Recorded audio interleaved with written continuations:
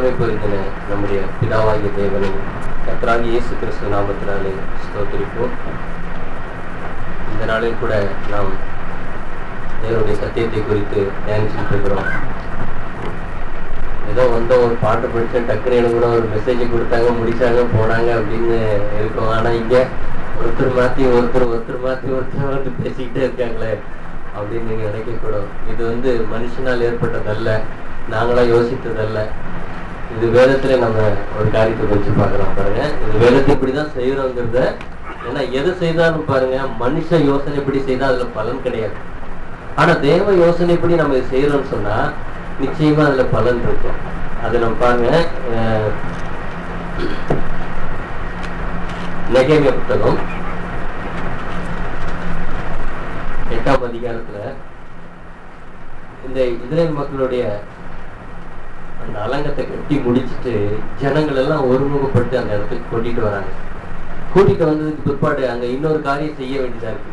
பாருங்க, ஜனங்களுடைய எல்லாரும் ஒன்னா கூட்டி வந்தாச்சு, தேசத்துக்கு வந்துட்டாங்க. இப்போ அவங்களுக்கு நியாயப்பிரமாணம் கொடுக்கப்படணும். அவங்க தன்னுடைய வாழ்க்கையில அதை நிறைவேற்ற வேண்டிய ஒரு சூழ்நிலை வந்துருச்சு.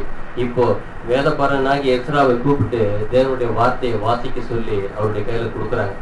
அப்ப அவர் எடுத்து என்ன பண்றாரு, நீங்க இந்த 1ஆவது வசனத்துல இருந்து நீங்க வாசிச்சீங்கன்னு சொன்னா 2ஆம் வசனம் வாசிங்க. அப்படியே 7ஆம் மாதம் முதல் தேதி ஆசாரியனாகி எஸ்ரா நியாயப்பிரமாணத்தை புருஷரும் ஸ்திரீகளும் கேட்டு அறியத்தக்க அனைவருமாகிய சபைக்கு முன்பாக கொண்டு வந்து தண்ணீர் வாசலுக்கு முன்பாக வீதியில எதில இருக்கிற காலமே தொடங்கி மத்தியானம் மட்டும் புருஷருக்கும் ஸ்திரீகளுக்கும் கேட்டு அறியத்தக்க மற்றவர்களுக்கு முன்பாக அதை வாசித்தான்.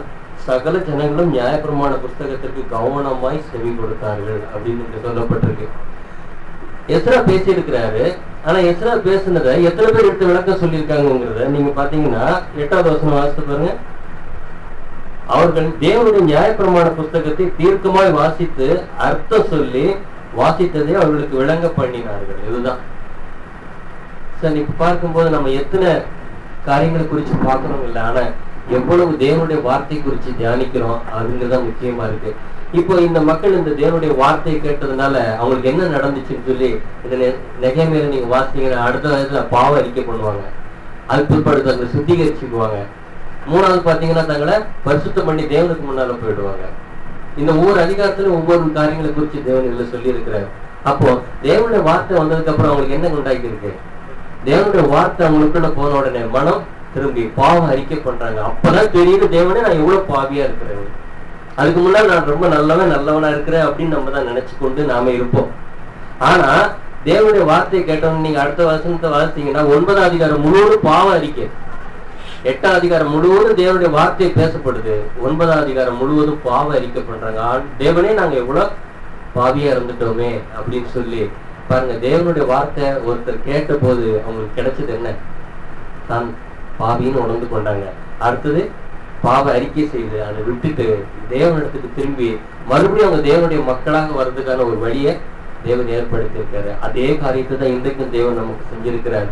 நம்ம ஒரு ஃபார்மாலிட்டிக்கா வந்தோம், ஒரு பாடம் 2 பாட்டு படிச்சோம், முடிச்சோம், வேதத்தை கொஞ்ச நேரம் பேசினாங்க, போனவங்கல்ல.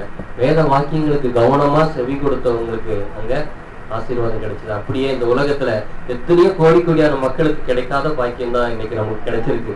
இன்னைக்கு உங்க மத்தியில் என்னன்னு நாங்க பேசிக்கிட்டு இருக்கோம்னு சொன்னா தேவன் எங்களிடத்துல கொடுத்தது. நாங்க தேவனுக்கு செவி இந்த வேதத்தை வாசித்து எங்களுடைய உள்ளத்துல இருக்கிறதான் எடுத்து உங்ககிட்ட பேசிக்கிட்டு இருக்கோம். எங்களுடைய மகிமை நாங்க உங்க இடத்துல வெளிப்படுத்த வேண்டியது இல்லை. புரியுதுங்களா? அப்போ தேவனுடைய வார்த்தைக்காக தான் கூடி வந்திருக்கோம். நாங்களும் கற்றுக்கொள்றோம். ஒருத்தர் பேசும்போது ஒருத்தர் கற்றுக்கொள்றோம். சகோதரர் பேசும்போது எவ்வளவு காரியங்கள் இருக்கிறத தெளிவா இருந்துச்சு. அப்படி ஒவ்வொருத்தரும் சாலி பிரதர் சொல்லும் போது கூட ஒவ்வொரு காரியமும் நம்ம நினைப்பூட்டப்பட்டு நம்ம தேவனிடத்துல கிட்டி சேர்றதுக்கு அது உதவியா இருக்குங்கிறத நம்ம பார்க்கிறோம். அதனால தேவனுடைய வார்த்தைக்கு நம்ம செவி கொடுக்கும் போது அது நமக்கு ஆசீர்வாதமாகத்தான் இருக்குங்கிறத நம்ம புரிந்து கொள்றோம். அதனால இன்னைக்கு நம்ம பார்க்க போகிற பாடம் அடைக்கலப்பட்டணும். இதுவும் பழைய ஏற்பாடு தான் இல்லைங்களா? நமக்கு இன்னும் 2 வாரத்துல சகோதரர் பேச ஆரம்பிச்சிருக்காங்க. அதுக்கப்புறம் கண்டிப்பா நமக்கு இந்த புதிய ஏற்பாட்டு பாடங்கள் நிறைய கொடுப்பாங்க. நாம இப்ப திருஷ்டாந்தப்படுத்தி தான் நம்ம பார்த்துட்டு வந்துட்டு இருக்கோம். தேவன் ஒவ்வொருத்தருக்கும் ஒவ்வொரு காரியங்களை குறிச்சு சொல்லியிருக்காரு. எனக்கு கற்றுக் கொடுத்தது நான் உங்க இடத்துல பகிர்ந்து கொள்றேன். இப்போ இந்த அடைக்கல பட்டணத்தை குறிச்சு நம்ம இன்னைக்கு பார்க்க போகிறோம். பாருங்க, மனுஷன் தேவனுடைய அந்த அரவணைப்புல இருந்து விழுந்துட்டதுக்கு பிற்பாடு அவனை அரவணைச்சு கொள்றதுக்கு, அவனுக்கு பாதுகாப்பு கொடுக்கறதுக்கு ஒரு இடம் கூட கிடையாது இந்த உலகத்துல. எல்லாரும் என்ன பண்ணுவாங்கன்னு கேட்டீங்கன்னா, ஒரு கொலை செஞ்சுட்டாங்கன்னு வச்சுக்கோங்களேன், அவன் தெரிஞ்சு செஞ்சாங்களோ தெரியாத செஞ்சாங்களோ விரட்டி கொண்டு போய் அவங்களுக்கு பலம் இருக்க வரைக்கும் ஓடுவாங்க. பாத்தீங்கன்னா ஓடுறவங்களோட வெளி பிடிச்சி திரட்டிட்டு போவாங்க. தனக்கு சொந்தக்காரன் ஒருத்தரை கொண்டுட்டாங்கன்னு வச்சுக்கோங்க, சகோதரனை கொண்டுட்டாங்கன்னு வச்சுக்கோங்க, அப்போ ஓடுறவன் உயிரை காப்பாற்றணுங்கிறதுக்காக முள்ள கூட ஓடுவான். வெறி தீக்கணும்னு அப்படியே ஓடுவாங்க, விடுறது கிடையாது. ஏன்னா அது வெறி அவ்வளவு மோசம், போய் அடிச்சு கொண்டுடுவாங்க. இப்படிப்பட்ட ஒரு உலகத்துலதான் இந்த பூமியில் நடந்துகிட்டு இருந்துச்சு. எத்தனை தப்பு செஞ்சாலும் உடனே அடிச்சு கொண்டுடுவாங்க. இதே மாதிரி நடந்துட்டு இருக்கும் போது தேவன் இஸ்ரேல் மக்களை தேர்ந்தெடுத்து தன்னை பத்தி அங்க வெளிப்படுத்துறார், தன்னுடைய நீதியை பத்தி அங்க வெளிப்படுத்துறார், தன்னுடைய அன்பை பத்தி வெளிப்படுத்துறார். அதுதான் தேவனுடைய கற்பனை குறித்து நம்ம பார்க்கிறோம். தேவனுடைய கற்பனை பார்க்கும் போது அவருடைய ஒவ்வொரு குணங்கள் அதுல வெளிப்படுறதாக நம்ம பார்க்கிறோம். இந்த மாதிரி இருக்கும்போது இஸ்ரேல் மக்களை கூப்பிட்டு நியாயப்பிரமாணத்தை கொடுக்கிறார். கொடுத்துட்டு அவங்களை கானான் தேசத்துல போய் பங்கிட்டு அவங்களுக்கு கொடுக்கும் போது அவங்களுக்கு என்ன செய்யணும்னு கேட்டீங்கன்னா 6 பட்டணங்களை குறிக்க சொல்றாரு. 3 பட்டணம் எங்கன்னு பாத்தீங்கன்னா நம்ம 3 கோத்திரம், 2.5 கோத்திரம் என்னன்னு கேட்டீங்கன்னா கானானுக்கு இந்த இது யோர்தானுக்கு முன்னாலே நின்றுடும். ரூபன், மனாசே பாதி கோத்திரம், நம்ம வாசித்தோம் இல்லையா, அந்த 3 கோத்திரம் 2.5 கோத்திரம் அங்க நின்ன உடனே அங்க ஒரு 3 பட்டணம், கானான் தேசத்துக்குள்ள ஒரு 3 பட்டணம், 6 பட்டணங்களை அங்க குறிச்சு கொள்ள சொல்றாரு. இப்ப பாருங்க, இப்ப கொலை செஞ்சுட்டாங்க அப்படின்னு சொன்னீங்கன்னா முதல் ஒரு அறிஞ்சி கொலை செய்யறாங்க. தெரியாம ஒரு கோடாலி எடுத்து மரத்தை வெட்டும் போது அது கலண்டு போய் ஒருத்தர் மேல விழுந்து அவர் இறந்து போயிட்டாரு. இப்ப அவரு இந்த கொலை செஞ்சிருந்தாரு அவரும், ஆனா அவர் வேணும்னு செய்யல. ஆனா இவங்க அடிச்சு கொண்டவருடைய ஆள் என்ன பண்ணுவாங்க, இவரை கொன்று போட்டுருவாங்க. அப்ப இவர் ஓடணும். இவர் ஓடி போய் என்ன பண்ணலான்னு கேட்டீங்கன்னா அந்த பட்டணத்துடைய வாசல்ல கார் வச்ச உடனே திரட்டி வருவாங்க அப்படின்னு நின்றுடுவாங்க. முதல் உலகத்துல ஒரு தெரிஞ்சு செஞ்சவனோ தெரியாத செஞ்சவனோ ஒரு ஸ்டாப் பண்றாரு, நிறுத்துப்பாங்க. இதுக்காக உள்ள நீ அவனை கொல்லக்கூடாது அப்படின்னு சொல்லும்போது இதுல எவ்வளவு ஒரு காரியத்தை தேவன் வெளிப்படுத்தி இருக்காருன்னு பாத்தீங்கன்னா, இந்த ஒரு பட்டணத்துக்குள்ள யாரா இருப்பாங்கன்னு பாத்தீங்கன்னா அந்நியர், பரதேசிகள். இவங்க அதுல தங்கி கொள்ளலாம். இந்த பட்டணத்துல வாசல்ல மூப்பர்கள் இருப்பாங்க. இந்த பட்டணத்துக்கு யார் ஓடி வருவாங்கன்னு பாத்தீங்கன்னா வேணும்னு கரை வச்சு கொலை செஞ்சவனும் ஓடி வருவான். ஒருத்தர் கொல்லணும் அப்படின்ட்டு ரொம்ப பிரயாசப்பட்டு அடிச்சு கொண்டுட்டான். இவன் என்ன பண்ணுவான், தெரியாத கொண்டது போல அங்க ஓடிடுவாங்க. அந்த பட்டணத்து வாசல்ல போன உடனே அந்த முதல்ல ஒலிமுக வாசல்னு இருக்கும், அதுல நின்று தான் என்ன செஞ்சுங்கிறத சத்தம் போட்டு சொல்லணும். சொன்ன உடனே அந்த பட்டணத்து மூப்பர்கள் என்ன பண்ணுவாங்க, வாப்ப உள்ள வந்துருப்பாருவாங்க. உடனே அவர் உள்ள போயிடுவார். அறிஞ்சு செஞ்சவரும் அப்படிதான் சொல்லுவார். யாராவது கொலை செஞ்சு நான் உண்மையை செஞ்சேன்னு ஒத்துக்குவாங்களா இல்லைங்களா? அப்போ அங்க ஒரு சூழ்நிலை இருக்கு. அந்த பட்டணத்து மூப்பர்களுக்கு ஒரு வேலை அங்க இருக்குது. முதலாவது பார்க்கும்போது இந்த பட்டணத்துக்குள்ள வந்தா என்ன கிடைக்குதுங்க, அந்த உயிர் காப்பாற்றப்படுது. ஸோ அதுதான் மெயின் இந்த இடத்துல. அடுத்து பார்க்கும்போது உபாகம் 19 அதிகாரத்துக்கு தான் இது குறிச்சு ஃபர்ஸ்ட் நமக்கு ஸ்டார்ட் பண்றேன். 12வது வசனம் வாசிக்கலாம்.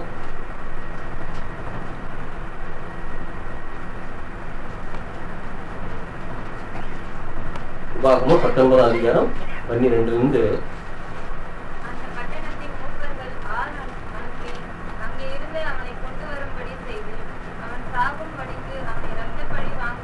இப்ப பாருங்க, இந்த பட்டணத்துக்குள்ள போன உடனே இந்த மூப்பர்கள் என்ன பண்ணு கேட்டீங்கன்னா அதை கூட்டிட்டு வருவாங்க. கூட்டிட்டு நீ எப்படிப்பா கொலை செஞ்சியா அப்படின்னா இல்லைன்னு சொல்லுவாங்க. இப்போ 2 சாட்சி வேணும், 2-3 சாட்சிகள் சொல்லணும். இவர் இந்த மாதிரி ஏற்கனவே இவருக்கும் அவருக்கும் பகை இருந்துச்சு, அவர் வேணும்தான் அடிச்சு கொண்டாரு அப்படின்னு சொல்லி 2 சாட்சி 3 சாட்சி சொல்லிடுச்சுன்னு வச்சுக்கோங்களேன். அவரை பிடிச்சி விரட்டிட்டு வந்தாங்க பாருங்க, அவர் கையில் பிடிச்சி கொடுத்துருவாங்க, கொண்டு போ அடிச்சு கொண்டு அப்படின்னு கொடுத்துருவாங்க. ஆனா ஒரு பகையும் கிடையாது, நான் வேணும்னு செய்யல, கைப்பசக்கா பண்ணிட்டேன்னு சொன்னா அதையும் விசாரிப்பாங்க. விசாரிக்கும் போது இல்லைங்க அவருக்கு பகையே கிடையாது அப்படின்னு சொல்லி விளங்க பண்ணிட்டாங்கன்னு சொன்னா அவர் என்ன பண்ணுவாங்க கேட்டீங்கன்னா, நீ பட்டணத்துக்குள்ள வந்துரு, நீ வெளியே போப்பான்றாங்க. இப்போ அந்த கொல்லோடு விரட்டிட்டு வந்தா இருப்பாருங்க பாதிக்கப்பட்டவர், அவர் அந்த பட்டணத்துக்கு வெளியிலே சுத்திக்கிட்டு இருப்பாரு. இவருக்கு கொடுத்த கட்டளை என்னன்னு கேட்டீங்கன்னா, இந்த பட்டணத்துக்குள்ளதான் இருக்கணும். இவரு எது வரைக்கும் சொன்னா, இவர் என்னைக்கு டேட்டுக்கு அந்த பட்டணத்துக்குள்ள வந்தாரோ அதே டேட்ல யார் ஒருத்தர் ஆசாரியர் இருப்பாருங்க, பிரதான ஆசாரியர். அந்த பிரதான ஆசாரியர் மரிக்கிற வரைக்கும் இவர் அந்த பட்டணத்துக்குள்ளதான் இருக்கணும். அந்த பிரதான ஆசாரியர் மரிச்சதுக்கு அப்புறம் இவர் என்ன பண்ணிடலாம், வெளியே வந்துடலாம். அது வரைக்கும் அவருக்கு டைம் இருக்கு. அது வரைக்கும் அவர் வெளியே சுத்திக்கிட்டே இருப்பாரு. அந்த பிரதான ஆசாரியார் மரிக்கிறதுக்கு முன்னால இவர் அந்த பட்டணத்துக்கு வெளியே வந்தாருன்னா அவர் அடிச்சு கொண்டுருவார் அவரை. அப்ப அங்க கேள்வியே கிடையாது. என்னப்பா ஆச்சுன்னா பட்டணத்துக்கு வெளியே போயிட்டாரு இவரு. அப்ப பதில் இல்லை, போ அப்படின்னு பாடி தீ கொடுத்து அனுப்பிச்சிருவாங்க. சோ இதுதான் இங்க தேவன் நடந்துகிட்டு இருக்கிற ஒரு காரியம். இப்போ இந்த ஒரு மனுஷப்படி நம்ம யோசிப்போம். இந்த ஒருத்தர் கொலை செய்ய உள்ள போயிருக்கும் போது அந்த ஆசாரியர் ஒரு 30 வயசு இருக்காருன்னு வச்சுக்கோங்க. இவருக்கு எப்படி இருக்கும்? இவருக்கு எத்தனை வயசாகி இவர் என்னைக்கு சாகுறது அப்படின்னு அந்த ஆசாரியரை பார்க்கும். அப்ப இந்த பாதிக்க அந்த கை புசகா கொன்று போட்டவருடைய கண்ணு யாரை பார்த்துட்டு இருக்கோம்? பிரதான ஆசாரியே பார்த்துட்டு இருக்கு. எப்ப சாவாரோ, நம்ம எப்ப வெளியே போவோமோன்னு. பாருங்க, தேவன் கொடுத்த ஒரு காரியம் அது வரும் காரியத்தோட நிழலா இருக்குது.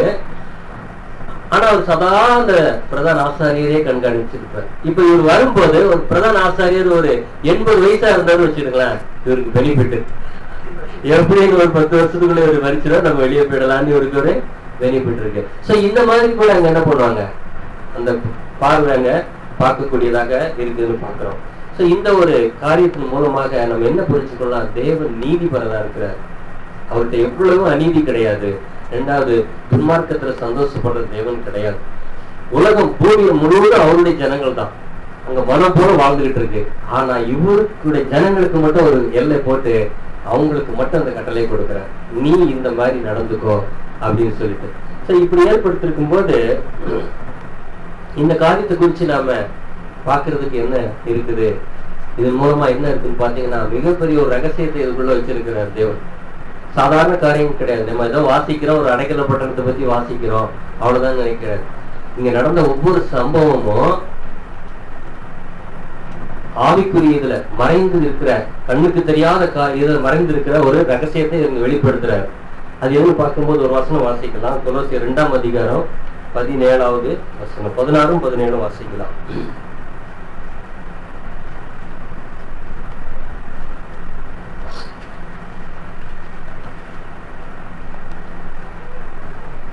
கொலோசியர் 2:16-17.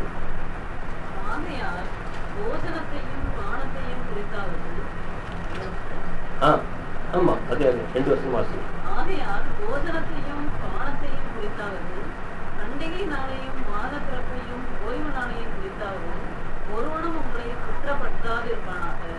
அவைகள் வரும் காரியங்களுக்கு நிழலாயிருக்கிறது. அவைகளின் பொருள் கிறிஸ்துவை பற்றினது. பார்த்தீங்களா?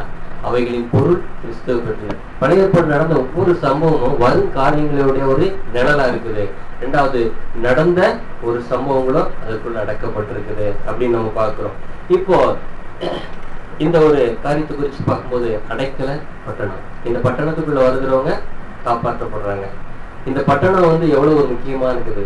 இந்த பட்டணத்தை ஏற்படுத்தணுங்கிற எண்ணம் யாருக்கு வந்துச்சு பாத்தீங்கன்னா? தேவனுக்கு தான் அந்த எண்ணம் வந்துச்சு, இல்லைங்களா? இது மனுஷனுடைய உள்ளத்துல தோன்றல. இந்த மாதிரி ஒரு காரியத்தை நம்ம ஏற்படுத்தணும், தேவனால் ஏற்படுத்தப்பட்ட ஒரு அடைக்கல பட்டணம். இந்த ஒரு அடைக்கல பட்டணம் எதா இருக்கலாம்? எங்க வந்தா நமக்கு மரணத்திலிருந்து விடுதலை கிடைக்குது? கிறிஸ்து தான், இல்லையா? நமக்கு அடைக்கல பட்டணம்னு சொல்லும் போதே அது கிறிஸ்து தான். இந்த உலகத்துல என்னென்னமோ நடந்துகிட்டு இருக்குது, தெரிஞ்சு செய்யறாங்க, தெரியாம செய்யறாங்க, எல்லாம் நடந்துகிட்டு இருக்கு. ஆனா கிறிஸ்துக்குள்ள ஒரு அடைக்கலத்தை தேவன் ஏற்படுத்து, கிறிஸ்துவை ஏற்படுத்தினவரும் தேவன் தான் நம்ம பார்க்கிறோம். அப்படி இருக்கும்போது இந்த அறிஞ்சு செய்தவர்களும் அறியாமல் செய்தவர்களும் இந்த பூமியில இருக்கிறாங்க. அப்ப அறியாமல் செய்தது யாரு? கொலை செய்யறது, கைப்பசக்கா தெரியாம தப்பு பண்ணது யாரு அப்படின்னு பாத்தீங்கன்னா யாரா இருக்கலாம்? ஆதாம், இல்லையா? ஆதாமுக்கு தெரியாது.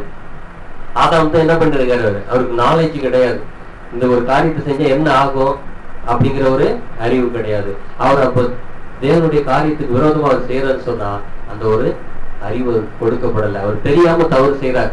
இப்ப காயின் கொலை செய்யறாரு, காயினுக்கு 2ஆம் மரண கொடுத்துடலாமா? காயின் கொலை செய்யறாரு, இல்லையா? அவருக்கு என்ன கிடையாது, தெரியாது. தேவனை பற்றி அறிவு கிடையாது, தேவனுடைய கட்டளை பத்தி தெரியாது. ஆனா தேவன் தடுக்கிறாரு. ஆனா என்ன ஆகுதுன்னு கேட்டா, நீ செஞ்சா உனக்கு தான்ப்பா அது பிரச்சனை அப்படின்னு சொன்னாரு.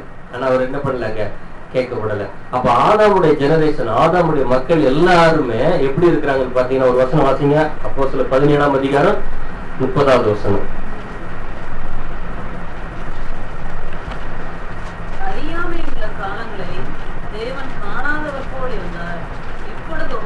மனம் திரும்ப வேண்டும் என்று எங்கும் உள்ள மனுஷர் எல்லாருக்கும் கட்டளையிடுகிறார்.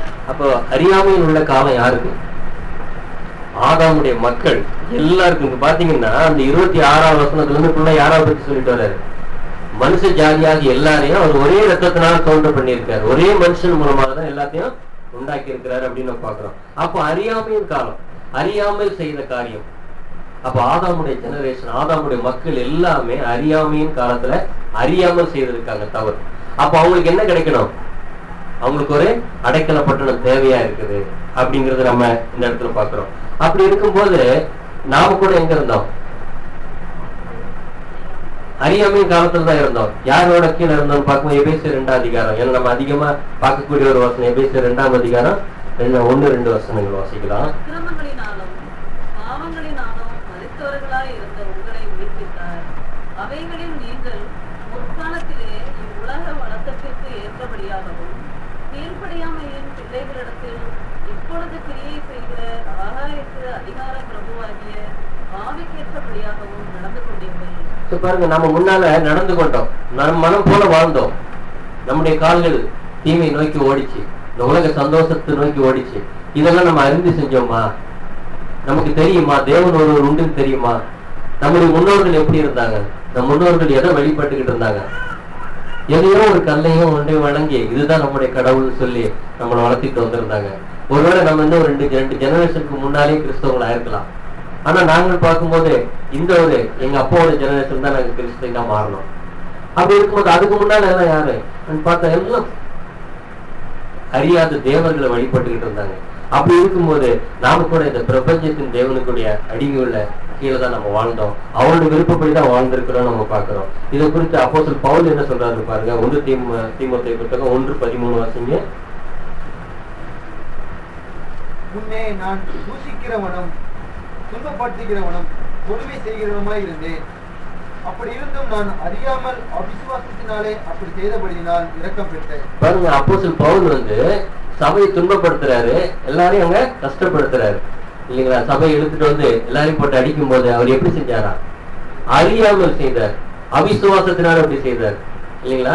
அப்போ எந்த ஒரு காலத்துலன்னா இவரும் ஒரு அறியாமையின் காலத்துல இருந்தத இவருக்கு ஒரு அடைக்கலப்பட்டணும் தேவையா இருந்திருக்கு நம்ம பார்க்கணும். இப்ப பார்க்கும்போது தேவனுடைய கோபம் பழி வாங்குகிறவர் யாரு? இப்ப பாத்தீங்கன்னா அறிஞ்சு செஞ்சவங்களையும் அறியாத செய்தவர்களையும் பழி வாங்குற ஒருத்தர் இருக்காரு. யாரு? தேவன் தான் பழி வாங்குறது இல்லைங்களா? இப்ப பாருங்க, ரோமர் 6:23 பாவத்தின் சம்பளம் மரணம். அப்ப பழி வாங்குறது யாரு? பாவம் செய்தா அவருக்கு தண்டனை மரணம் தான். அதுல இருந்து எந்த ஒரு மாற்றமும் கிடையாது. அப்போ இப்படி வாழ்ந்து கொண்டிருந்த நமக்கு கூட தேவன் ஒரு அடைக்கல பட்டணத்தை இந்த உலகத்துக்கு அனுப்புனார்.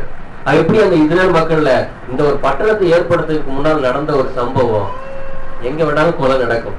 கொலை செஞ்சா உடனே அடிச்சு கொண்டுடுவாங்க, விசாரணையே கிடையாது. தெரிஞ்சு செஞ்சாலும் சரி, தெரியாம செஞ்சாலும் சரி. அது பின்னால வந்துட்டு எங்க தெரியாம பண்ணிட்டாருங்க, அது ஒண்ணு மட்டும் முடியாது, நான் அடிச்சு கொண்டுட்டேன் அப்படின்னு சொல்றாங்க. அப்படிப்பட்ட ஒரு நிலைமையில இருக்கும் போது முதல் இந்த அடைக்கல பட்டணத்தை கொடுத்து அங்க ஒரு இரக்கத்தை தேவன் காண்பிச்சது போல நம்ம கூட இந்த ஒரு அடைக்கல பட்டணத்துக்குள்ள என்றைக்கு உள்ள வரோம்? தேவ கோபம் நம்ம மேல இருக்கு, பாவத்தின் சம்பளம் மரணம் நம்ம மேல இருக்கு. ஞானஸ்நானம் எடுக்கும் போது இந்த அடைக்கல பட்டணத்துக்குள்ள நம்ம என்ன பண்றோம் என்றாயிரம். அதான் அந்த வசனம் ரோமர் 6ஆம் அதிகாரம் 3வது வசனம். கிறிஸ்து இயேசுவுக்குள்ளாக ஞானஸ்நானம் பெற்ற நாம் அனைவரும் அவருடைய மரணத்துக்குள்ளாக ஞானஸ்நானம் பெற்றதை அறியாமல் இருக்கிறீர்களா?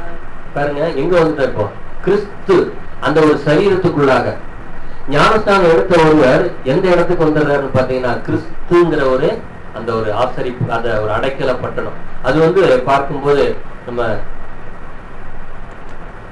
ஆசரிப்பு கூடாரத்துக்குள்ள முதலாவது எங்க இருக்குன்னு பாத்தீங்கன்னா அந்த முதலாம் திரையை தாண்டி உள்ள வந்துடுறாரு. முதலாம் கூடாரத்துக்குள்ள வருது. அந்த ஒரு பரிசுத்த ஸ்தலம் அப்படின்னு சொல்லப்பட்டிருக்கு. எதுன்னு பாத்தீங்கன்னா அதான் அடைக்கல பட்டணம். இதுக்குள்ள ஞானஸ்தானம் எடுக்கும் போது நம்முடைய அந்த முதல் திரை விலகி உள்ள வந்துடுறோம். இப்ப உள்ள வந்ததுக்கு பிற்பாடு என்ன பண்ணணும்? முதல் வேலையை அந்த ஒரு ஆசாரியருடைய அந்த கொலை செஞ்சவங்க என்ன செய்யணும்? அறிக்கை பண்ணணும். பஸ்ல என்ன சொல்றாரு? நான் இந்த மாதிரி பண்ணிட்டேன் அப்படி சொல்லி அறிக்கை பண்ணணும். நம்ம வாசித்தோம் பார்க்கணும் யோசுவா புத்தகத்துல. அப்ப அவங்க அறிக்கை பண்ணணுமா அப்படின்னு பாத்தீங்கன்னா ஆமா. தன்னுடைய பாவங்களை மறைக்கிறவன் வாழ்வடைய மாட்டான், அதை அறிக்கை செய்து விட்டு விடுவன் இரக்கம் பெறுவான் அப்படின்னு சொல்லி அது வந்து அறிக்கை பண்ண வேண்டியதா இருக்கு. நான் இந்த மாதிரி பண்ணிட்டேன்னு சொல்லும் போது அந்த பட்டணத்துல இருக்க ஆசாரிகள் போன அந்த நியாயாதிபதிகள் அவங்களை கூப்பிட்டு உள்ள வச்சுக்குவாங்க. இப்ப அதே மாதிரி பார்க்கும்போது உள்ள வந்ததுக்கு பிற்பாடு இந்த அறியாம செய்தவருடைய கண்ணு யாரை பார்க்கணும்? அந்த ஆசாரியரை பார்க்கணும். பிரதான ஆசாரியர் அவரே தான் பார்க்கும். அவர் எங்க போறாரு, எங்க வர்றாரு, எங்க வர்றாரு, இதே தான் பார்த்துக்கிட்டு இருக்கோம் இல்லைங்களா? அப்ப நம்முடைய ஆசாரியர் யாரு? இயேசு கிறிஸ்து. பாருங்க ஒரு வசனம், எபிரேயர் 3ஆம் அதிகாரம் 1வது வசனம். இப்படி இருக்க பரம அழைப்புக்கு பங்குள்ளவர்களாகிய பரிசுத்த சகோதரரே, நாம் அறிக்கை பண்ணுகிற அப்போஸ்தலரும் பிரதான ஆசாரியருமாய் இருக்கிற கிறிஸ்து இயேசுவை கவனித்து பாருங்கள். பாருங்க எங்கதான் நோக்கி பார்க்கணும்? கிறிஸ்து இயேசுவை கவனிச்சு பாருங்க. நம்ம வாழ்க்கையில யார கவனிச்சு பாக்குறோம்னா எல்லாத்தையும் கவனிச்சு பாக்குறோம். ஆனா கிறிஸ்து இயேசுவை மட்டும் கவனிச்சு பார்த்துட்டோம்னு சொன்னா நம்முடைய பிரச்சனை அப்படியே சால்வ். கிறிஸ்து இயேசுவை நம்ம எட்டி பார்த்துட்டோம்னு வச்சுக்கோங்களேன், அவருக்கு முன்னால எந்த ஒரு காரியங்களும் நம்முடைய காரியங்கள் பெருசா தெரியாது. நம்முடைய இழப்பு, நம்முடைய கஷ்டம் எதுவுமே பெருசா தெரியாது. நம்ம ஒருத்தர் இன்னொருத்தரை பாக்குறோம், அவரு நல்லா இருக்காரு எனக்கு கஷ்டம், இவரு நல்லா இருக்காரு எனக்கு கஷ்டம், இப்படி நம்ம நினைக்க கூடாது. ஆனா கிறிஸ்துவை நோக்கி பார்க்கணும். தேவனுடைய சித்தத்தின்படி வந்து அவர் பட்ட பாடுகள் எப்படிப்பட்டதா இருக்கு, அவருக்கு எவ்வளவு பலம் இருக்கு. சின்ன காரியத்துக்கு நம்ம ஒருன்னு எழும்பிடுது இல்லையா? ஆனா அவர் எவ்வளவு பெரியவர், அவரை பத்தி நம்ம சற்று யோசிக்கும் போது அப்படியே கோலாயிடுவோம். சரி நம்ம ஒண்ணுமே கிடையாது, அவ்வளவு பெரிய அவரை ஒருத்த வந்து துப்பிட்டு போறான், அவனை பார்த்துட்டு கம்முன்னு இருக்காரு. இருக்கிறதுலே மோசமானது மூஞ்சில் துப்பிட்டா பயங்கர கோவம் இருக்கும். ஒரு கொட்டு கொட்டிட்டாலும் கூட சரி போட்டு விட்டுலாம், துப்பிட்டா அது வந்து சாதாரண காரியம் கிடையாது. இன்னைக்கு வண்டியில வந்துகிட்டே இருக்கும்போது ஒரு ஆள் எழுதி கீழே துப்பிட்டாங்கன்னு மேல பட்டுருச்சுன்னா துப்புல போற வண்டி 60 போது நம்மளை விரட்டிக்கிட்டு ஏன் அந்த மாதிரி பண்ணு, அவ்வளவு கோவம் வந்துருது நமக்கு. ஆனா அதெல்லாம் வாங்கிட்டு அமைதியா உட்கார்ந்து இருக்கிற அவரை நம்ம நினைச்சு பார்த்தோம்னு வச்சுக்கோங்களேன், அவரை நோக்கி பார்த்துட்டோம்னா நம்மளுடைய பிரச்சனை ரொம்ப சின்னதாயிடும். அவரை பார்க்கணும்னு சொன்னா எல்லாமே பெருசா தான் தெரியும். அதனால அவரை நோக்கி பாருங்க அப்படின்னு சொல்லிட்டு, அப்ப நம்மளுடைய கண்ணு அவர் மறிக்கிறத நோக்கி பார்க்கணுமா? அது ஏதோ பார்த்துட்டு இருக்குமா? அவர் மறிக்கிறத பார்க்கணும். பிரதான ஆசாரியன் பாத்தீங்கன்னா அது ஒரு வசனம் அவரை வாசிக்கலாம். ரோமர் 8ஆம் அதிகாரம் 29வது வசனம். நம்முடைய குமாரன் அநேக சகோதரருக்குள்ளே முதற்பேரானவராய் இருக்கும் பொழுது தேவன் எவர்களை முன்னறிந்தாரோ அவர்களை தமது குமாரனுடைய சாயலுக்கு ஒப்பாய் இருப்பதற்கு முன்குறித்து இருக்கிறார். பாருங்க எதை எட்டி பார்க்கணும்னா நம்ம கிட்ட குமாரனுடைய சாயல் காணப்படுதான்னு பார்க்கணும், கிறிஸ்து காணப்படுறாரான்னு பார்க்கணும்.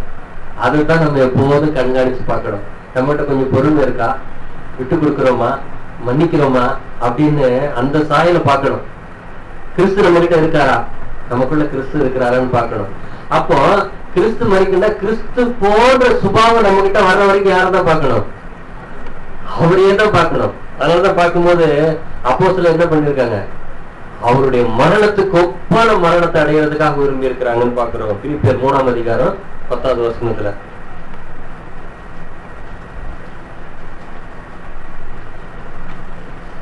இப்படி நான் அவரையும் அவருடைய உயிர்த்தெழுதலின் மகனையும் அவருடைய பாடுகளின் ஐக்கியத்தையும் அறிகிறதற்கும் அவருடைய மரணத்துக்கு ஒப்பான மரணத்துக்குள்ளாகி எப்படியாயினும் நான் மரித்தோரிலிருந்து உயிரோடு எழுந்திருப்பதற்கு தகுதியாக படிக்கும் அவருக்காக எல்லாவற்றையும் நஷ்டம் நினைவிட்டேன், உபயோகமாக எண்ணுகிறேன். அவருடைய மரணத்துக்கு ஒப்பான மரணம்.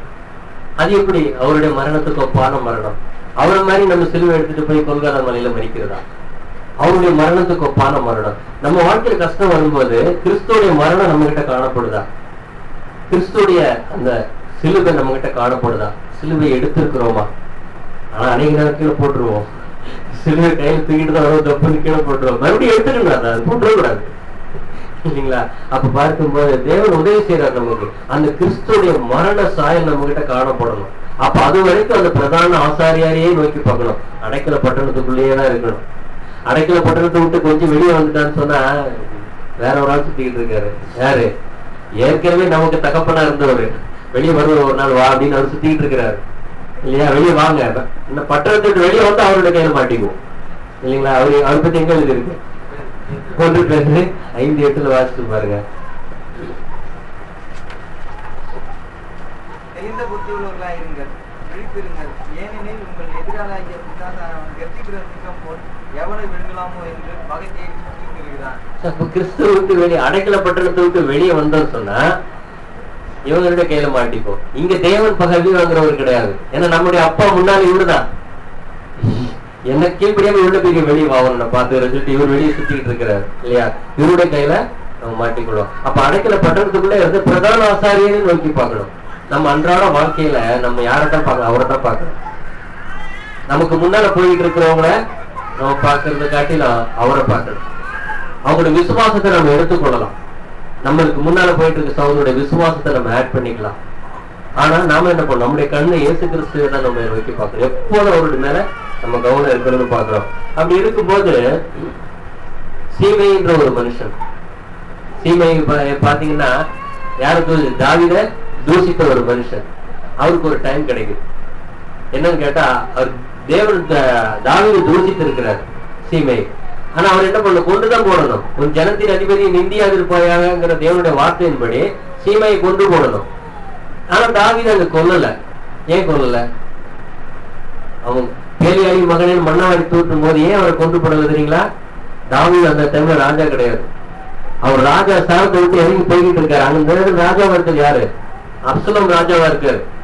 அதனாலதான் கூட இருக்கான்னு சொல்றாரு. தலையை வாங்கி போறேன்னு சொல்லும் போது வேண்டான்னு சொல்றாரு. ஏன்னா தேவ கட்டளைப்படி அவனை கொண்டு போடணும். ஆனா இவர் ராஜாவா கிடையாது. அதனால போயிடுறாரு. போயிட்டு மறுபடியும் அங்கிருந்து வரும்போது ராஜாவை வருவாரு. அப்சலோம் செத்ததுக்கு அப்புறம் அவர் ராஜாவை ஏத்துக்குவாங்க. அவர் வரும்போது சீமையை காலில் வந்துருவான். அவனும் பாருங்க எவ்வளவு நியாயப்பிரமாணத்துல எவ்வளவு தேவையான ஒரு மனுஷன் பாருங்க. சாதாரண ஆள் கிடையாது. அவனும் போய் காலில் வந்துருவான். உடனே அவனை மன்னிச்சுட்டேன் போன்னு சொல்றாரு. ஆனா இந்த மனுஷனை கொன்று போட்டிருக்கணும் இல்லையா? அந்த ஒரு பொறுப்பை சாலமோனுடைய கையில கொடுத்துருவாரு. அவனை நீ சாதாரணமா மறிக்க கூடாது, அவனை நீ எப்படியே கொண்டு போட்டுன்னு சொல்லுவாரு. அப்போ இந்த சீமையை கூப்பிட்டு சாலமோன் ஒரு இது கொடுப்பாரு. இந்த பாத்துக்கப்பா, இந்த எருசலேம் பட்டணத்தை விட்டு நீ வெளியே போனீன்னு சொன்னா உன்னை கொண்டு போட்டுருவேன். எவ்வளவு நாளைக்கு நீ எருசலேம் பட்டணத்துல இருக்கியோ அது வரைக்கும் உன் உயிர் இருக்கும். ஆனா என்னைக்கு வெளியே போறியோ அன்னைக்கு நீ க்ளோஸ் அப்படின்ட்டு அது பாத்துக்கிறதுக்கு ஒரு ஆளை வச்சிருவாரு. இப்போ இந்த சீமையை நல்ல வார்த்தை சொன்னேன், நான் உயிரோடு இருக்க வரைக்கும் இங்கே இருக்கிறேன்னு சொல்லி ஒப்பு கொடுத்து உள்ள போயிட்டாரு. கொஞ்ச நாள் ஆன உடனே அவருக்கு என்ன ஆயிடுச்சு? எல்லாமே ஃப்ரீயா ஆயிடுச்சு. அந்த இதெல்லாம் மறந்து போயிடுச்சு. அவருடைய வேலைக்காரன் ஒருத்தர் வெளியே போயிட்டான்னு சொல்லிட்டு ரொம்ப ஃப்ரீயா வெளியே போயிட்டாரு பட்டணத்தை விட்டு. பாத்தீங்களா? பிசினஸ் மைண்ட் வந்துட்டு இருக்கு அந்த இடத்துல. தன்னோட உயிர் இந்த இடத்துல கேரண்ட் இருக்குன்னு அவர் மறந்துட்டாரு. போனதுனால ஏற்கனவே ஆளை போட்டிருக்காரு. அவர் போய் நேரம் சொல்லிட்டாரு, இந்த மாதிரி சீமை வெளியே போயிட்டாரு. குடிச்சு கொண்டு போட்டுறாரு.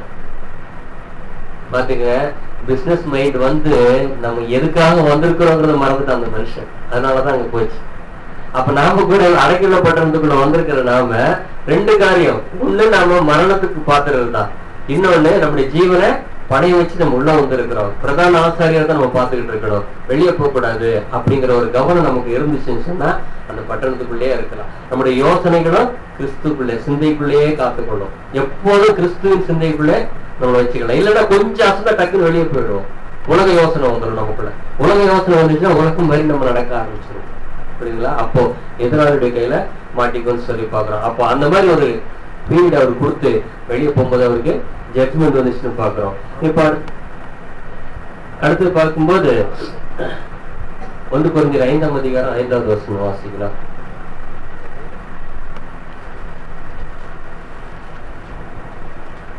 அப்படிப்பட்டவனுடைய ஆவி கர்த்தராகிய இயேசு கிறிஸ்துவின் நாளிலே ரட்சிக்கப்படும்படி மாம்சத்தின் அழிவுக்காக கர்த்தராகிய இயேசு கிறிஸ்துவின் நாமத்தினாலே அவனை சாத்தானுக்கு ஒப்பு கொடுக்க வேண்டும். இங்க ஒரு மனுஷனை பத்தி இங்க என்ன எழுதியிருக்குன்னு கேட்டா, அந்த 1 கொரிந்தியர் 5ஆம் அதிகாரத்துல தன்னை ஜீவ பலியா ஒப்பு கொடுத்து உள்ள வந்துட்டார். எங்க அடைக்கல பட்டணத்துக்குள்ள வந்துட்டார். வந்த இவரு என்ன பண்ணிட்டாருன்னு கேட்டீங்கன்னா, என்ன பண்ணிட்டாருங்க? வெளியே போயிட்டாரு. வெளியே போனோட யாருடைய கையில மாட்டிக்கிட்டாருங்க? சாத்தானுக்கு ஒப்பு கொடுக்குறது. வெளியே போயிட்டார். உலகப்படியான ஒரு காரியத்தை அங்க செய்யறாரு. தகப்பனுடைய மனைவியை வச்சிருந்தாரு. அவர் சித்தின்னு சொல்லக்கூடிய ஒரு பெண்ணை தவறா நடந்த உடனே அவர் பிடிச்சி வெளியே கொடுத்துட்டாங்க. வெளியே போயிட்டாரு. அப்ப உள்ள வந்த ஒருவர் எப்படி போயிருக்காரு? வெளியா அடைக்கல பட்டணத்துக்குள்ள இருக்க வேண்டிய இவருக்கு தவறான உலக காரியத்தை இங்க செஞ்சதுனால வெளியே அவருடைய கை போய் மாட்டியிருக்காரு அப்படிங்கிறது நமக்கு திருஷ்டாந்தப்படுத்தி இருக்கிறாங்க இந்த இடத்துல. அடுத்து பார்க்கும்போது ஒன்று, நாம இப்போ மரணம் வரைக்கும் இதுக்குள்ள இருந்தோம்னு சொன்னா கிறிஸ்துடைய சாயல் நம்ம கிட்ட அடையிற வரைக்கும் உள்ள இருந்து நம்ம மரிச்சு உயிர் தரும் போது தேவனுடைய ராஜ்யத்துக்குள்ள நம்ம போயிடும். அப்ப பாருங்க, இந்த உலகத்துல ஆதாமுடைய ஜெனரேஷன்ல இருந்து வந்தவர்களுக்கு எல்லாருக்கும் மரணங்கிற தீர்ப்பு தான் இருக்கு. ஆனா அதுல ஒரு தேவன் ஒரு அடைக்கல பட்டணத்தை ஏற்படுத்தி நம்ம மிஞ்சின நாட்களை, இனி இருக்கிற நாட்களை ஜீவபலியா ஒப்பு கொடுத்து அவர் நடந்த மாதிரி நடந்தா ஜீவனை கொடுத்துற நித்திய ஜீவனை. சரி, அறியாமல் செய்தது யாரு? ஆதாமுடைய ஜெனரேஷன். இப்போ ஆதாமுடைய ஜெனரேஷனுக்கு மத்த மக்களுக்கு எங்க எப்போ அடைக்கலப்பட்டணும்? கிறிஸ்துடைய ராஜ்யமே அது இருந்தது, அவனுடைய ராஜ்யம் அது அடைக்கலப்பட்டனமா உயிர்த்தெழுந்து எல்லாரும் அங்க வந்துடுறாங்க. அறியாம செய்தவங்களுக்கு எல்லாத்துக்கும் அங்க கொடுக்கப்பட்டது. அப்ப அறிந்து செய்தது யாரு? அறிந்து செஞ்சவங்களும் இருக்கிறாங்க. யாரு? சாத்தான் இல்லையா? அவன் என்ன பண்ணிருக்கான்? கொலைகாரன் தானே அவன். ஃபர்ஸ்ட் கொலை பண்ணது யாரு? சாத்தான் தான். முதல் கொலைய ஏதேன் தோட்டத்தில் நடந்துச்சு.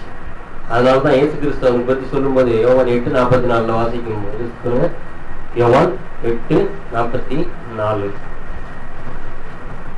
நீங்கள் உங்கள் பிதாவாகிய பிசாசானவனால் உண்டானவர்கள், உங்கள் பிதாவினுடைய இச்சைகளின்படி செய்ய மனதாய் இருக்கிறீர்கள். அவன் ஆதி முதல் கொண்டு மனுஷர் கொலைபாதகனாய் இருக்கிறான். சத்தியம் அவனிடத்தில் இல்லாதபடியால் அவன் சத்தியத்திலே நிலைநிறுத்தவில்லை. அவனும் கொலைகாரர் தானே, ஆதியில இருந்தே மனுஷ கொலைபாதகன். அப்ப இவருக்கு அடைக்கலப்பட்டவன் கொடுக்கலாமே? இவருக்கு அடைக்கலப்பட்டவன் கொடுக்கல. ஏன்? அறிந்து செய்தார். அதனாலதான் உலக ஞானி ஒரு பாட்டு பாடிக்கிறார். என்ன பாட்டு தெரியுங்களா? அறிந்து செய்தவன் தவறு என்பது தவறி செய்வது, தப்பு என்பது தெரிஞ்சு செய்வது. தவறு செய்தவன் திருந்த பார்க்கணும், தப்பு செய்தவன் வருந்தி ஆகணும். இவர் தப்பு பண்றாரு. இவர் என்ன, இவருக்கு தெரியும் மனுஷ கொலைபாதகன். முதல்ல ஆதாம கொண்டு போட்டார். ஆதாம் ஏவாட மரணத்தை குறிச்சு இன்னைக்கு கோடி கோடியான ஜனங்கள், ஆதாமுடைய ஜனங்கள் சாகிறதுக்கு மெயின் காரணமே இவர் தான், கொலைகாரன். இப்ப இவரு எங்க இருக்காரு? உலகம் அடைக்கல பண்றதுக்குள்ளதான் இருக்கிறாரு, உள்ள வந்திருக்கிறாரு. இப்போ இவருக்கு சாட்சி தேவையா இருக்க? இவர் உண்மையா தெரிஞ்சுதான் கொலை செஞ்சாரு. 3 சாட்சி வேணுமே, 3 சாட்சி. முதல்ல ஒரு சாட்சி கொடுத்தாச்சு. யார் கொடுத்தது? யெகோவா தேவன் முதல்ல ஒரு சாட்சி கொடுத்துட்டாரு. எசேக்கியேல் 28 சொல்லிட்டாரு, நீ தப்பு பண்ணன்னு சாட்சி கொடுத்துட்டாரு. 28 வாசிச்சு பாருங்க. 28:18.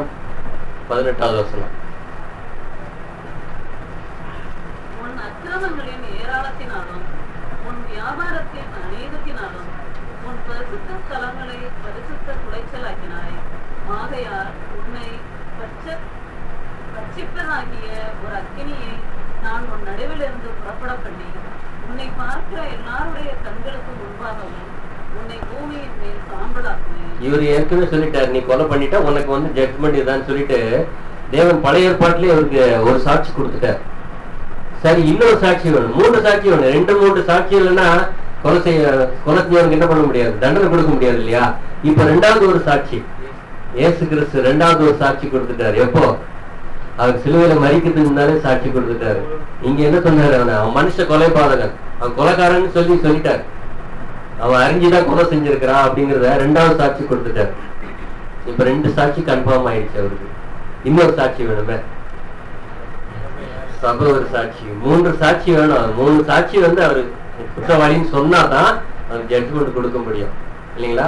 அப்போ சபை ஒரு சாட்சி. 2000 வருஷமா சபை சாட்சி கொடுத்துக்கிட்டு இருக்குது. அவரை அப்படியே சேர்த்துக்கலாம். தேவன், தேவதூதர்கள், மனுஷன், 3 சாட்சி. என்ன பரலோகத்துல இருக்கு, தேவதூதர்கள் இருக்காங்க, அவங்களும் செஞ்சிருக்கிறாங்க, அவங்களுக்கும் இருக்கு அடுத்தது இல்லைங்களா? அப்ப 2 சாட்சி அங்க ஏற்கனவே ஏற்படுத்தப்பட்ட ஆயிடுச்சு. ஏசு தேவனுடைய குமாரனா பிரதானமானவரா இருந்து அவரு சாட்சி கொடுத்துட்டாரு. 3வது சாட்சி 144 முடிவுல கடைசி ஆள் வரைக்கும் இவங்க குற்றவாளின்னு சொல்லி முடிக்கணும். அதனாலதான் இந்த 3வது சாட்சிக்கு வெயிட்டிங்ல இருக்குது. ஆனா தேவன் ஜட்மெண்ட் கொடுத்து முடிச்சிட்டாரு. ஆனா சாட்சி இப்பதான் கூறிக்கிட்டு இருக்கிறாங்க, அவன் கொலைபாதகன், அவன் கொலை செய்யறான், அவன் என் வாழ்க்கையில எவ்வளவு கஷ்டத்தை எனக்கு கொண்டு வந்துட்டான் அப்படின்னு சொல்லி எல்லாரும் என்ன பண்ணுவாங்க, சாட்சி கொடுக்க வேண்டியது இருக்குது. சோ அதனாலதான் பார்க்கும்போது அறிந்து செய்தவன் சாத்தான். அவனுக்கு 3 சாட்சிக்குல 2 சாட்சி முடிஞ்சு 1 சாட்சி வெயிட்டிங்ல இருக்குது. இன்னும் அறியாம செய்தவங்க யாரு இருக்காங்களா? தேவதூதர்களுக்கு. முதல் உலகத்துல தேவதூதர்கள் பூமிக்கு வந்தாங்க. அவங்க செஞ்சதா அறிஞ்சு செஞ்சதா அறியாம செஞ்சதா?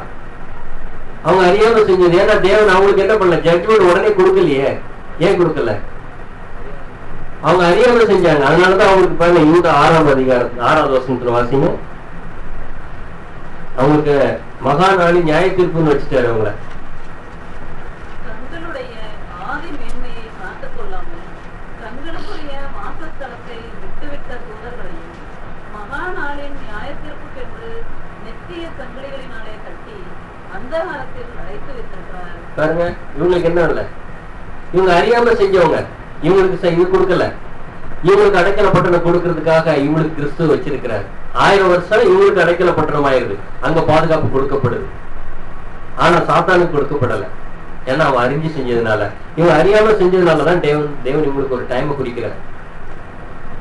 அந்த மகா நாளில் அவங்களுக்கு நியாய தீர்ப்பு, இன்னும் அவங்களுக்கு ஒரு சான்ஸ், அவங்க உயிரை காப்பாத்திக்கிறதுக்கு இன்னும் ஒரு சான்ஸ். அவங்களும் பிரதான ஆசாரியராக இயேசு கிறிஸ்துவை கவனிச்சு பார்க்கணும். பார்த்துட்டாங்கன்னு சொன்னா அவங்களுக்கும் ஒரு ரட்சிப்பு வச்சிருக்காருன்னு பாக்குறோம். இப்படி இருக்கும்போது வெளிப்படுத்தல் 20ஆம் அதிகாரம் 8 வாசிக்கிற ஒரு வசனம். பூமியின் 4 திசைகளிலும் உள்ள ஜாதிகளாகிய கோகையும் மாகோகையும் மோசம் போக்கும்படிக்கும் அவர்களை யுத்தத்திற்கு கூட்டிக் கொள்ளும்படிக்கு புறப்படுவான். அவர்களுடைய தொகை கடற்கரை மண்டலத்தினையாயிருக்கும். அவர்கள் பூமி எங்கும் பரம்பி பரிசுத்தவான்களுடைய பாளையத்தையும் பிரியமான நகரத்தையும் படைத்துக் கொண்டார்கள். அப்பொழுது தேவனால் வானத்திலிருந்து அக்கினி இறங்கி அவர்களை பட்சித்துக் கொண்டது. மேலும் அவர்களை மோசம் போக்கின பிசாசானும் மிருகமும் நல்ல தீர்க்கதரிசியுமாய் இருக்கிற இடமாகிய அக்கினியும் கந்தகமுமான கடலிலே தள்ளப்பட்டான். இப்ப பாருங்க, இருக்கிற தூதர்கள் எல்லாமே அங்க சாட்சி கொடுத்துட்டாங்க. இப்ப பாருங்க, சாத்தான் பாவம் செஞ்சான். பாவம் செஞ்சுட்ட உடனே இவன் தப்பு செஞ்சான், தேவன் அங்கேயே அழிச்சு போட்டிருந்தா அங்களுடைய நிலைமை என்ன இருக்கும்? தேவதூதர்களுக்கும் தெரியாது, ஐயோ எதுக்கு திடீர்னு இவனை கொண்டு போட்டாரு, இவ்வளவு பெரிய ஆளா, இவ்வளவு பெரியவனா இருக்கிறானா, இவனை ஏன் கொண்டு போட்டாருன்னு சொல்லி தேவதூதர்களுக்கும் தெரியாது, மனுஷருக்கும் தெரியாது. இவ்வளவு பெரிய கேருவினே கொண்டு போட்டாரு அப்படின்னு மனுஷருக்கும் தெரியாத ஒரு நிலைமை உண்டாயிடும். அதனால தேவனுடைய சிருஷ்டிப்புகள் எல்லாருமே அவன் செஞ்சது அறிஞ்சுதான் செஞ்சான். அவன் செஞ்ச தப்புங்கிறத பார்க்கும்படிக்கு இப்போ நமக்கு கொடுத்திருக்கிறார். இயேசுக்கு முதலாவது தேவன் ஜட்ஜ்மெண்ட் பண்ணிட்டார், 2வது இயேசு கிறிஸ்து, 3வது சபை. 4 உலகத்துல பாத்தீங்கன்னா 1000 வருஷத்துல இந்த விழுந்து போன தூதர்கள்ல சீர் பொருந்தின தூதர்கள் சொல்லிடுவாங்க, இவனால்தான் நான் தப்பு பண்ணேன், இவன் தான் மனுஷ கொலைபாதகன், அவங்களும் ஜட்ஜ்மெண்ட் கொடுத்துறாங்க. 1000 வருஷத்துல உலகத்துல இருக்கிற மக்கள் சீர் பொருந்தினவங்க எல்லாருமே சாத்தானுக்கு விரோதமா சாட்சி கொடுப்பாங்க, இவன் மனுஷ கொலைபாதகன்னு சொல்லிட்டு எல்லா கையும் அவன் நீட்டிட்டு வந்தான் அப்படின்னு சொல்லிட்டு. இப்போ அறிந்து செய்தவனுக்கு அங்க அடைக்கல பட்டணத்துல இடமே கிடையாது. அதனாலதான் பாருங்க, 1000 வருஷம் ஃபுல்லா அவனுக்கு சான்ஸ கிடையாது, கட்டி வச்சிடுறாரு. அடைக்கல பட்டணத்துக்கு அவனுக்கு சான்ஸே இல்லாம கட்டி வச்சு 1000 வருஷம் முடிவில் அவன் அவுத்து விட்டு எல்லாரும் அவனுக்கு விரோதமா கை நீட்டுவாங்க. அதனாலதான் எல்லாரும் பாத்தீங்கன்னா இந்த ஆமான்ற மனுஷனை எப்படி கொண்டு போடுறாங்க? ஆமான் யோசுவாவுடைய நாட்கள்ல ஆமான்ற ஒரு மனுஷன் 3 பொருளை மறைச்சு வச்சுக்கிட்டதுனால இந்த இஸ்ரேல் மக்கள் எல்லாரும் தோல்வி அடைஞ்சிடுறாங்க. தோல்வி அடைஞ்சதுக்கு காரணம் என்ன அப்படின்னு யோசுவா போய் கேட்கும் போது, இந்த மாதிரி ஒருத்தன் எடுத்து வச்சிருக்கிறான்பா 3 பொருளை, அதனாலதான் தோல்வி அடைஞ்சது. அப்ப பாருங்க, பாட்டா பிரிக்கிறார். முதலாவது கோத்திரத்தை பிரிக்கிறார், யூதா கோத்திரம் வருது. சோ பாருங்க, இதுதான் அப்ப தப்பு செஞ்சது யாருன்னு பாத்தீங்கன்னா தேவதூதர்கள் தான் தப்பு பண்ணிருக்காங்கன்னு பிரிச்சிட்டாரு. அவங்களுக்குள்ளே சீட்டு போடுறாரு. அவங்களுக்குள்ள யாரு அப்படின்னு பார்த்தா அதுல ஒரு குடும்பம் பிரிக்கப்படுது. தேவதூதர்கள்ல அது ஒரு குடும்பம் பிரிக்கப்படுது. கீழ்ப்படிந்தவர் கீழ்ப்படியாதவர் பிரிக்கப்படுது. அவங்க குடும்பத்துக்குள்ளே சீட்டு போடுறாங்க. அதுல இருந்து பிரிச்சு ஒரு மனுஷன் வர்றான், இவன் தான் அப்படின்னு. ஆமான்னு என்ன அர்த்தம்? கலங்க பண்ணுகிறவன் அர்த்தம். 6000 வருஷமா அந்த மனு குலத்தை கலங்க பண்றவன் அவன் தான். அவனை பிடிச்சு தனியா நிப்பாட்டுறாங்க. அவனை கொண்டு போய் ஒரு பள்ளத்தாக்கல கொண்டு நிப்பாட்டுறாங்க. யாரெல்லாம் கல்லெடுத்து அடிச்சாங்க? சமஸ்த இஸ்ரேலும் கல்லெடுத்து அடிச்சவன. எல்லார் கையிலும் கல் வந்து, காரணம் ஒன்னாலதான் நாங்க இவ்வளவு கஷ்டப்பட்டது அப்படின்னு சொல்லி கல்லெடுத்து அடிச்சாங்க. அதே மாதிரி 1000 வருஷம் முடிவுல ஒன்னாலதான் உலகம் இந்த மாதிரி ஆனது காரணம்னு சொல்லிட்டு எல்லாரும் அவனுக்கு விரோதமாக கல் எடுப்பாங்கன்ற பாக்குறோம். பாருங்க, தேவன் எவ்வளவு ஒரு காரியத்தை, ஒரு அடைக்கல பட்டணத்தை ஏற்படுத்தி அதுல எவ்வளவு பெரிய ஒரு ரகசியத்தை தேவன் வச்சிருக்காரு பாருங்க. அது கூட இவ்வளவு பொருள் இருக்கு இல்லைங்களா? அடுத்து பார்க்கும்போது ஆதாமுடைய ஜெனரேஷன் அறியாமை, அவங்களுக்கு அடைக்கல பட்டணம் இருக்கு. இன்றைக்கு நாம அடைக்கல பட்டணத்துக்குள்ள வந்துட்டோம். இன்னும் இந்த உலகம் வரல, உலகத்துல ஒருத்தர் அடைக்கல பட்டணத்துக்குள்ள வரல. ஆனா அதுக்குள்ள போயிருக்கிறது யாரு? உண்மையான சத்தியத்தை தெரிஞ்சு ஜீவ பலியாக ஒப்பு கொடுத்தவங்க தான் அந்த அடைக்கல பட்டணத்துக்குள்ள பிரவேசித்திருக்கிறது. அப்ப மரணம் வரைக்கும் அந்த அடைக்கல பட்டணத்துக்குள்ள இருந்தா நமக்கு ஜீவன் கிடைச்சிடும், மரணம் கிடையாது. மரணத்துல இருந்து நமக்கு விடுதலை கிடைச்சிருக்கு. பழி வாங்குறவருடைய கையில விடுவிக்கப்படுறோம். இங்கேயும் பழி வாங்குறவர் ஒருத்தர் இருக்காரு. கடைசியில யாரு? தேவன் பழி வாங்க பட்சிக்கிற அக்கினியா வந்து நிற்பாங்க. கடைசியில எழுச்சி வரும்போது இயேசு கிறிஸ்துடைய சாயல், கிறிஸ்துவ பார்த்தது மாதிரி நம்மளை பார்க்கலன்னா தேவனுக்கு என்ன ஆகும்? நம்முடைய தேவன் பட்சிக்கிற அக்னியா இருக்காருன்னு புதிய ஏற்பாட்டுல ஒரு வசனம் இருக்க. தேவன் அங்க பட்சிக்கிற அக்னியாக வெளிப்படுவார். அங்க இறக்கம் ஒருக்கம் நீடிய சார்ந்த அவங்க மேல காட்ட முடியாது. காலகாலமா நமக்கு இன்னைக்கு 20 வருஷம் 30 வருஷம் சான்ஸ் கொடுக்குறாரு. பிரதான ஆசாரியரை நோக்கி பாரு, அவருடைய சாயலை நீ பெற்றுக்கொண்டு கொடுத்திருக்காரு. கடைசி வரைக்கும் அந்த பிரதான ஆசாரியரோட சாயல் வரலன்னு சொன்னா என்னதான் வரும்? தேவனுக்கு தேவனுடைய கோபம் தான் வரும். அப்ப பழி வாங்குறவர் அவரா இருக்காரு. சொல்றாரு, பழி வாங்குதல் எனக்குரியது, நானே பதில் செய்வேன் அப்படின்னு சொல்லி எபிரேயர் புத்தகத்துல வாசிக்கிறோம். வாசிக்கிறது வாசனம்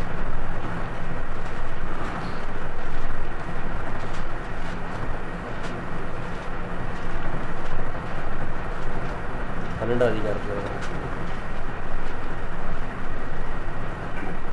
பழி 10:30 பழி வாங்குதல் எனக்குரியது, நானே பதில் செய்வேன் என்று கர்த்தர் சொல்லுகிறார் என்றும் கர்த்தர் தம்முடைய ஜனங்களை நியாயந்தீர்ப்பார் என்றும் சொன்னவர் இன்னார் என்று அறிவோம்.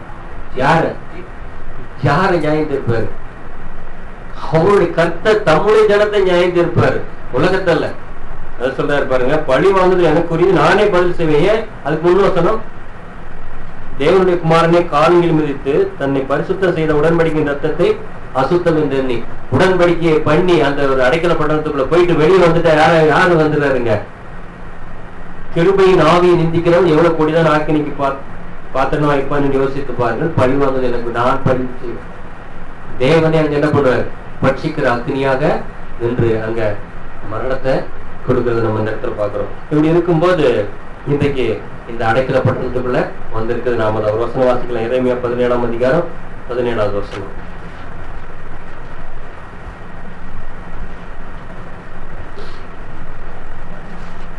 நீர் எனக்கு பயங்கரமா இராதேயும், தீங்கு நாளில் நீரே என் அடைக்கலாம்.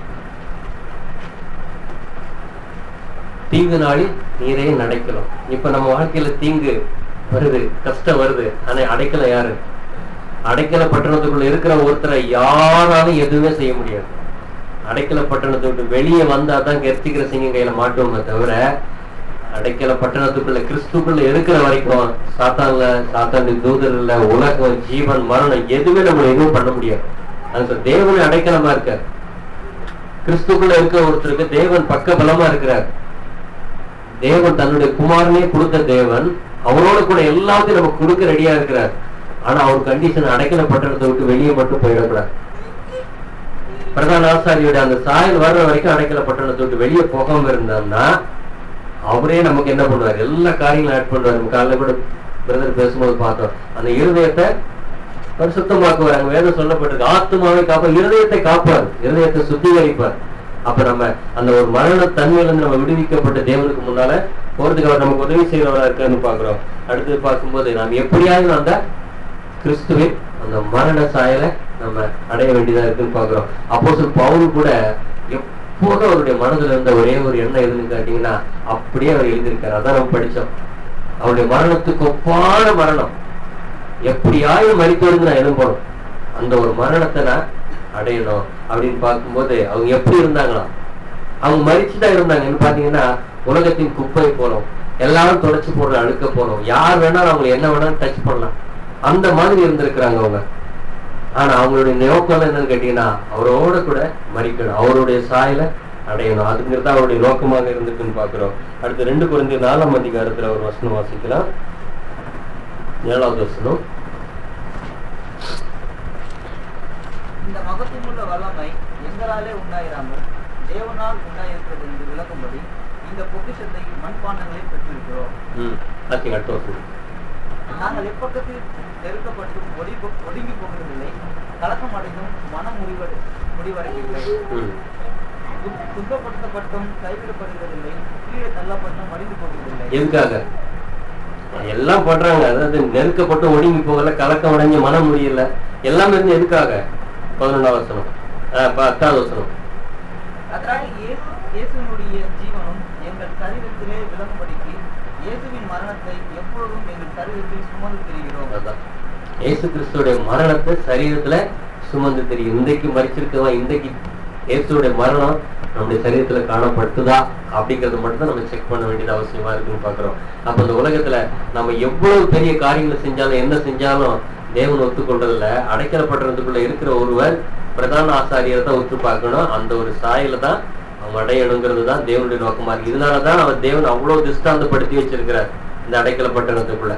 இதுக்குள்ள இவ்வளவு பெரிய பொருள் அடக்கப்பட்டிருக்குன்னு பாக்குறோம். அடுத்து பார்க்கும்போது நீதிமொழிகள் 16ஆம் அதிகாரத்துல 26வது வசனம் வாசிக்கலாம். கர்த்தருக்கு பயப்படுகிறவனுக்கு திட நம்பிக்கை உண்டு, அவன் பிள்ளைகளுக்கும் அடைக்கலம் கிடைக்கும். யாருடைய பிள்ளைங்க? கிறிஸ்து இல்லையா? கர்த்தருக்கு பயந்தவர்களுக்கு திட நம்பிக்கை உண்டு. கர்த்தருக்கு பயப்படுகிறவர் யாரு? கிறிஸ்து. அது கிறிஸ்துடைய பிள்ளைகளுக்கு அடைக்கலம் கிடைக்கும். அந்த பட்டணத்துக்குள்ள இருக்கிறவர்களுக்கு அடைக்கலம் கிடைக்கும், பாதுகாப்பு கிடைக்குது, ஹெல்ப் கிடைக்குது, உதவி கிடைக்குது. எல்லா ஒரு காரியத்தையும் தேவன் வச்சு செய்யறாரு. பாருங்க, இந்த அடைக்கல பட்டணத்துக்குள்ள வராத ஒருத்தருக்கு தேவன் உதவி செய்யறதெல்லாம் வேஸ்ட். ஏன்னு கேட்டா எல்லாரும் மரணத்தன்மைக்குள்ள இருக்கிறாங்க. ஆனா அடைக்கல பட்டணத்துக்குள்ள வந்த ஒருத்தருக்கு தேவன் என்னெல்லாம் வச்சிருக்காரு தெரியுங்களா? இரக்கம், நீடிய சாந்தம், தயவு, மன இறுக்கம், உருக்கம், எல்லா குணத்தையும் தேவன் நம்ம இடத்துல காண்பிக்கிறார். அவருடைய தயவு நம்ம குணப்படுத்த ஏவுது. ஒவ்வொரு நாள் நமக்கு ஹெல்ப் பண்றார், சத்தியத்தை தர்றார், பலப்படுத்துறார், விழுந்தாலும் தூக்கி நிப்பாட்டுறார். இந்த மாதிரி உதவி எங்க இருக்குன்னு சொல்லுங்க. நியாயப்பிரமாணத்துல வாழ்ந்த ஒருத்தருக்கு ஒரு தப்பு செஞ்சாலும் உடனே அவங்களுக்கு தண்டனை. 9 காரியங்களை கை கொண்டிருக்கிறேன், கொலை செய்யல, களவு செய்யல, உபச்சாரம் செய்யல, எல்லாம் நான் செஞ்சிருக்கேன். ஆனா ஒரே ஒரு தப்பு பண்ண உடனே அவருக்கு தண்டனை வந்துடும். ஆனா நமக்கு அந்த தண்டனையை கொடுக்காதபடி நமக்கு இரக்கத்தை காண்பிக்கிறாரு, பொறுமையை காண்பிக்கிறாரு, தயவு, இரக்கத்தை எல்லாத்தையும் நம்ம கிட்ட தேவன் காண்பிச்சுட்டு இருக்குது. எதுக்காக? ரோமர் 2ஆம் அதிகாரத்துல வாசிச்சுன்னா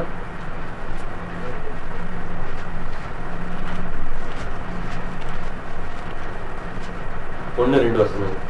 ஆகையால் மற்றவர்களை குற்றவாளியாக தீர்க்கிறவனே, நீ யாரானாலும் சரி, போக்கு சொல்ல உனக்கு இடமில்லை.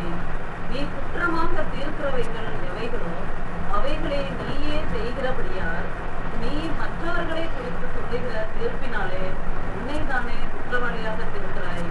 இப்படிப்பட்டவைகளை செய்தவர்களுக்கு தேவனுடைய நியாய தீர்ப்பு சத்தியத்தின்படியே இருக்கிறது என்று அறிந்திருக்கிறோம். இப்படிப்பட்டவர்களை செய்யறவர்களை குற்றவாளி தீர்த்தோம். மற்றவங்க தப்பு செய்யறாங்கன்னு மற்றவங்க நாம தீர்த்தோம். அதை நாமே செஞ்சுக்கிட்டு இருந்தோம்னு சொன்னா என்ன ஆகும்? அடுத்த வசனம் பாருங்க. அல்லது தேவ தயவு நீ குணப்படும்படி உன்னை ஏவுகிறது என்றது அறியாமல் அவருடைய தயவு, பொறுமை, நீடிய சாந்தம் இவைகளின் ஐஸ்வர்யத்தை அசட்டை பண்ணுகிறாயா? அடைக்கல பட்டணத்தை கொடுத்தவரே அவர்தான். பரலோகத்துல இருந்த அந்த அடைக்கல பட்டணத்தை இந்த பூமிக்கு வர வச்சது அவர்தான். அவருக்குள்ள வர வச்சுதான் தேவன் தான். இவ்வளவோ தேவன் செஞ்சு கூட நம்ம அசட்டை பண்ணிட கூடாதுங்கிறதான் தேவன் நமக்கு இங்க பாக்குறாரு. பார்க்கும்போது 2 காரியத்தை நம்ம பார்த்தோம். ஒண்ணு அறிஞ்சு செய்தவனுக்கு அடைக்கல பட்டணமே கொடுக்கல. அங்க எந்த ஒரு சான்ஸும் அவனுக்கு கொடுக்கவே இல்லை. நேர ஸ்ட்ரைட்டா கொண்டு போயிட்டாரு. எசேக்கியேல் 28லயே சொல்லிட்டாரு, ஜட்ஜ்மெண்ட் சொல்லிட்டாரு. ஆனா 2 சாட்சிக்காக வெயிட் பண்ணிட்டாரு. ஆனா தேவதூதர்களுக்கு கூட ஒரு அடைக்கல பட்டணத்தை மறுபடியும் கொடுத்திருக்கிறாரு. ஆதாமுடைய ஜெனரேஷனுக்கே அடைக்கல பட்டணத்தை கொடுத்திருக்கிறாரு அப்படின்னு பாக்குறோம். சோ தேவன் கொடுத்த அந்த அடைக்கல பட்டணத்தை நம்ம என்ன பண்ணணும்? விட்டு வெளியே வராதபடி, அதை அசட்டை பண்ணாதபடி நம்ம இருந்தோமானா நமக்கு என்ன கிடைக்கும்னு பார்த்தோம்னா ஜீவன் கிடைக்கும். இந்த 2000 வருஷத்துக்குள்ள பார்க்கும்போது ஜீவனை பெற்றுக்கொள்றது ஒரு சிறு கூட்டம் தான். அந்த சிறு கூட்டத்துல நாம கூட இருந்தோம்னு சொன்னா அழியா ஜீவனை பெற்றுக்கொள்ள தேவன் நமக்கு உதவி செய்யணும்னு பாக்குறோம். தேவன் தாமே இந்த வசனத்தின்படி கிறிஸ்துவாகி அந்த அடைக்கல பட்டணத்துக்குள்ள நாம் நிலைத்திருக்க தேவன் உதவி செய்ய வராங்க. ஆமா.